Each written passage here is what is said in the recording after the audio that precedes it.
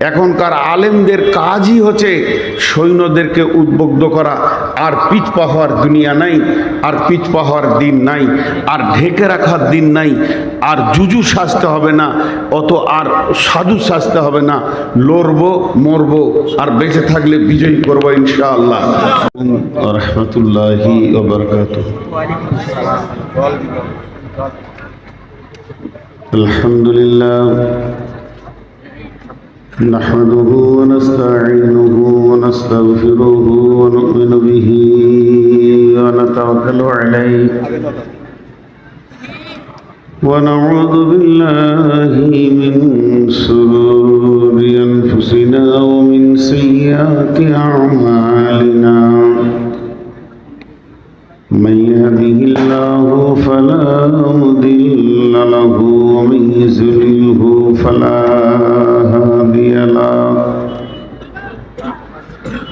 وأشهد أن لا إله إلا الله وحده لا شريك له وأشهد أن محمدًا عبده ورسوله الذي أرسله بالحق بصيرا ونذيرا وداعيا إلى الله بإذنه وسراجا منيرا. أما بعد فإن خير الحديث كتاب الله وخير الهدي هدي محمد صلى الله عليه وسلم وشر الأمور محدثاتها وكل محدثة بدعة وكل بدعة ضلالة وكل ضلالة في النار. فقد قال الله تبارك وتعالى في كلامه المجيد وفرقانه الحميد. أعوذ بالله من الشيطان الرجيم. من أي شيء خلقه من نطفة خلقه فقدره ثم السبيل يسره ثم أماته فأقبره. بسم الله الرحمن الرحيم. وإذا القبور بعثرت. بسم الله الرحمن الرحيم.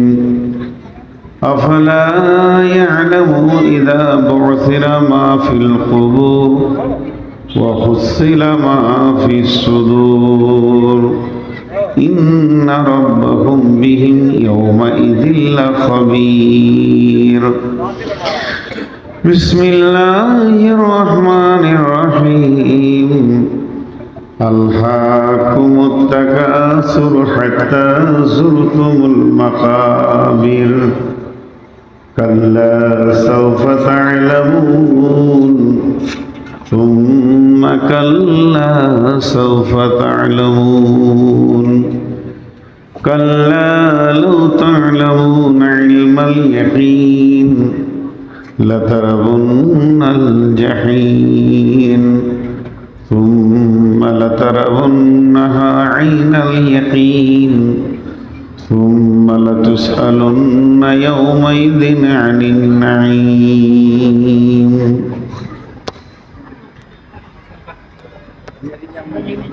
দয়াল রহমান কে পারে বুঝিতে তোমার শান।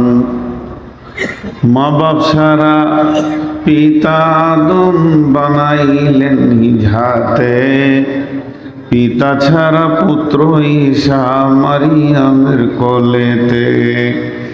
কে বা বড় কারিগর কারবা ভরসা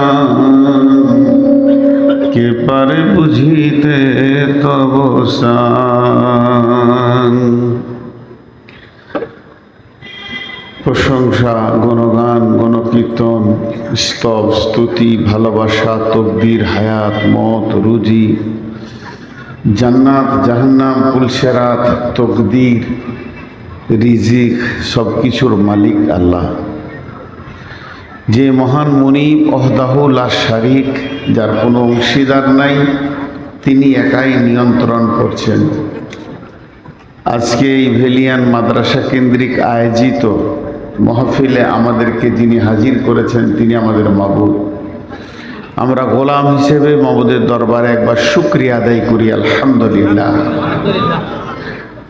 দরুদ ও সালাম বর্ষিত হোক আখিরি পয়গম্বর নবী মুহাম্মদুর রাসূলুল্লাহ, সবাই মহব্বতের সঙ্গে নবী মুহাম্মদুর রাসূলুল্লাহ সাল্লাল্লাহু আলাইহি সাল্লামের উপর আল্লাহুম্মা আমিন, আল্লাহুম্মা সাল্লি আলাইহি, আল্লাহুম্মা বারিক আলাইহি।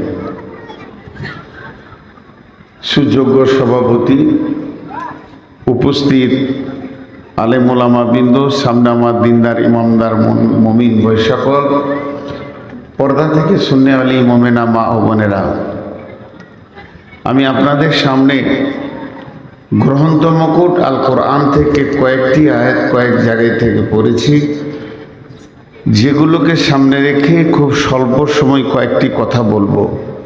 আজকের 8 তারিখটা আর আমার কাছে 35 থেকে 38 মিনিট আছে, যতটা বলা হয় আপনাদের তারিখ হিসাবে খুব স্বল্প সময়ে কয়েকটা কথা বলবো বলে নিয়োগ করেছি। যদি আমার মাবুদ আমাকে তৌফিক দেন তো, আমা তৌফিকি ইল্লা বিল্লাহি আলাইহি তাওয়াক্কালতু ওয়া ইলাইহি উনীব। ভেলিয়ানের আজকের এই সভাটা বলতে বাধ্য হচ্ছি, মানে মনের দিক থেকে খুশি লাগছে, খুব পরিবেশটা ভালো মনে আছে, হইচই নাই, লাফালাফি নাই, সবগুলো মানুষ ধীর মস্তিষ্কে বসে শুনছে, এরকম সব জায়গায় পায় না, হই হুল্লোড় হয়, মামনেরাও শুনছেন। তবে আপনাদেরকে আমি একটুকু বিরক্ত করব, আপনারা সচেতন মানুষ, আমাকে ক্ষমার নজরে দেখবেন। সবাই কিন্তু একটু করে আগিয়ে যান, খালি এইটা বলবো, জায়গাটা খালি একবার চেঞ্জ হোক, সবাই একটু আগিয়ে যান, সবাই আল্লাহর হস্তে।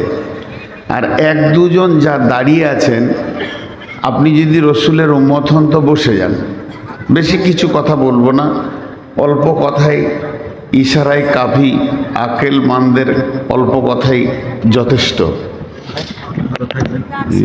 দোয়া করবেন। তো আপনারা একটু হিলে বসেন। পেছনওয়ালাদেরকে বলছি, আপনাদের দিকে হাত দুটা তুলে বলছি, আল্লাহর গোলাম রসুলের উম্মত আপনারা আগিয়ে আসেন। আর দুবার বলবো না, আল্লাহর গোলাম রসুলের উম্মত আপনারা আগিয়ে আসেন, আগে আসেন, সবাই আগে আসেন। সবাই একটু একটু করে যদি উঠেন তাহলে অনেক সময় লেগে যাবে। জি ভাই, একবার আল্লাহর হস্তে আগিয়ে আসেন। এখন আমি আজকে আপনাদের দেওয়া বিষয়, মানে আমাকে আগেই বলা হয়েছিল যে এই বিষয়ে বক্তব্য রাখবেন, সেই বিষয়ের ওপরই আমি আয়াত পড়েছি। তবে সারা ভারতবর্ষে একটা জোয়ার চলছে, সেই জোয়ার নিয়ে কিছু না বললে আপনাকে জানতে হবে ওই বক্তা এখনো ঘুমাচ্ছে, দেশ ব্যাপারে কিছু বুঝে না। যত 10টা যদি বক্তা থাকে অন্তত 2 মিনিট করে বলা দরকার। এই ঘুমানো পাখিগুলোকে একটু জাগাতে হবে। আবার কি উঠেন, উহুদ এসে গেছে, বদর এসে গেছে, অনেক ঘটনা শুনেছি। সাহাবা রাদিয়াল্লাহু আজমাইন কিভাবে বিজয়ী নিয়েছেন। এখন আমরা উহুদের প্রান্তে দাঁড়িয়ে আছি, বদরের প্রান্তে দাঁড়িয়ে আছি। আমাকে যে কোনো আমার এক বন্ধু মানুষ ফোন করে বলছে, কেমন আছেন ভাই? বলে আমরা বদরের প্রান্তে দাঁড়িয়ে আছি, ব্যস্ত আছি, কখন নামবো জানি না, কখন ডঙ্কা বেজে উঠবে যুদ্ধের এটা আমরা জানি না, তবে তৈরি আছি। তবে আপনাদেরকে সুসংবাদ দিই, গাজওয়েলে হিন্দ শুরু হয়ে যাচ্ছে খুব অল্প দিনের মধ্যে, এবং 3য় বিশ্বযুদ্ধ শুরু হচ্ছে। এক এক করে সব দেশ জড়িয়ে যাচ্ছে, আপনারা খেয়াল করেন, কেউ বাকি থাকছে না। তো এই তৃতীয় বিশ্বযুদ্ধে যতজন শহীদ হবে সব জান্নাতি, এটা সুসংবাদটা নিলেন। তৃতীয় বিশ্বযুদ্ধে যতজন শহীদ হবে সব জান্নাতি। কথা আপনাদের বলতে অসুবিধা হচ্ছে কি? আমার সঙ্গে কথা বলেন, খুব দামি কথা বলছি প্রথম দিকে। তৃতীয় বিশ্বযুদ্ধে যতজন জড়িত হয়ে শহীদ হয়ে যাবে তারা কি? জান্নাতি। আর দুটো জিনিস, শহীদ হতে রাজি তো? কে কে রাজি? আমি রাজি, শহীদ হতে আমি রাজি। দেখেন অনেক হাত উঠেনি, হিজড়ে দেখেন, হিজড়ে দেখেন, আরে দেখেন পেছন দিকে অনেক হাত উঠেনি, কারণ ওরা এখনো কাঁপছে, এর মাঝেই ঢুকে আছে মাল। কোথা পাবেন? জালসার মহফিলে না হলো 200 থেকে 250 লোক হাত তুলতে পারেনি। শহীদ হতে রাজি। বুখারী শরীফের একটা কথা আপনাদেরকে বলে দিই, কেউ যদি শহীদের তামান্না দিলে না রাখে, এই ছোট ছেলেটিকে বার করে দেন, চল তোরা বেরিয়ে যা, এক এক করে বেরিয়ে যা, বেরিয়ে বেরিয়ে বের বের বের, ওট ওট ওট ওট, আরে উঠান না, প্রচুর ডিস্টার্ব করছে এরা। তো কারো দিলে যদি শহীদের তামান্না না থাকে, কোনো মুসলমানের দিলে শহীদের তামান্না না থাকে, খুব ট্রেস দিয়ে বলছি, থেমে থেমে বলছি, কোনো মুসলমানের দিলে শহীদের তামান্না না থাকে আর তার মত হবে মুনাফিকের মত। আর যার দিলে শহীদের তামান্না আছে, যার দিলে শহীদের তামান্না আছে, বিছানায় মরলেও শহীদের দরজা পাবে ইনশাআল্লাহ। প্রতিটি যুবক রেডি হয়ে যাই আমরা, কারণ সবাই দেখবে ওকে কাটছে, মারছে, কষ্ট হচ্ছে, কিন্তু পৃথিবীর যত ব্রেন, পৃথিবীর যত বুদ্ধি, পৃথিবীর যত মেডিকেল, পৃথিবীর যত বিজ্ঞান, সব রসুল্লাহ সাল্লাল্লাহু আলাইহি সাল্লামের কাছে ফেলিওর। ঠিক না ভুল? আল্লাহ রসুল বলছেন একটা শহীদের মতের কতটা কষ্ট হয়, দুইটা শব্দ ব্যবহার করা আছে। একটা হচ্ছে পিঁপড়ে কাটলে যতটা, আর একটা আছে কলসি থেকে পানি বেরোতে যত সময় ওর জান বেরোতে তত সময়। মানুষ দেখবে ওকে কাটছে, চিল্লাচ্ছে, কিন্তু ভিতরের অনুভূতি যেহেতু রসুল বলেছেন ওইটাই ঠিক, পিঁপড়ে কাটার মতো। সব থেকে আসান মত হচ্ছে শহীদের মত। দ্বিতীয় নম্বর শুনে নেন, বিশ্বনবী বলছেন একটা শহীদের রক্ত যখন মাটিতে টাচ করে, তার জীবনের সাগিরা কাবিরা সব গুনাহ মাপ, সব গুনাহ মাপ, সব গুনাহ মাপ, শুধু ঋণ ছাড়া। এই জন্য রাসূলুল্লাহ সাল্লাম বাইতুল মাল নামে একটা ব্যাংক করেছিলেন, ওনার সাহাবীদের ভিতরে যারা ঋণদার হয়ে মতো তার ঋণ পরিশোধ করতেন। আমরা এখন উহুদের প্রান্তে দাঁড়িয়ে আছি। এখনকার আলেমদের কাজই হচ্ছে সৈন্যদেরকে উদ্বুদ্ধ করা, আর পিছপা হওয়ার দুনিয়া নাই, আর পিছপা হওয়ার দিন নাই, আর ঢেকে রাখার দিন নাই, আর জুজু সাজতে হবে না, অত আর সাধু সাজতে হবে না, লড়বো মরবো, আর বেঁচে থাকলে বিজয়ী করবো ইনশাআল্লাহ। একটা কথা বলি, 313 জনে 1000কে ময়দান ছাড়িয়েছে। একটা অঙ্ক দিলাম, 30,000-এ 1.5 লক্ষকে ময়দান ছাড়িয়েছে। আমাদেরই বংশ, আমাদেরই রক্ত, আমাদেরই ইমানওয়ালা ভাই। 5,000-এ 5 লক্ষকে ময়দান ছাড়িয়ে রোম সম্রাটকে দখল করেছে। একা হযরত উমর আর কয়েকটা সাহাবী মিলে জেরুজালেম বিজয়ী ঘোষণা করেছে। মাত্র 30টা যুবক গিয়ে বাহরাইনকে দখল করেছে। ইনশাআল্লাহ সেই রক্ত আমাদের বুকে আজও আছে। নারে তাকবীর। কোনোদিন পেছপা হবেন না, মরলে শহীদ, বাঁচলে গাজী, ভয় করবেন না। কিন্তু একটা দুটা কথা বলবো, যদি আমি না হক বলি আপনাদের পায়ের জুতোটা আমার মুখ বরাবর মারবেন, একদম আমি ওটাকে ফুল বলে চুমা দিয়ে দেব।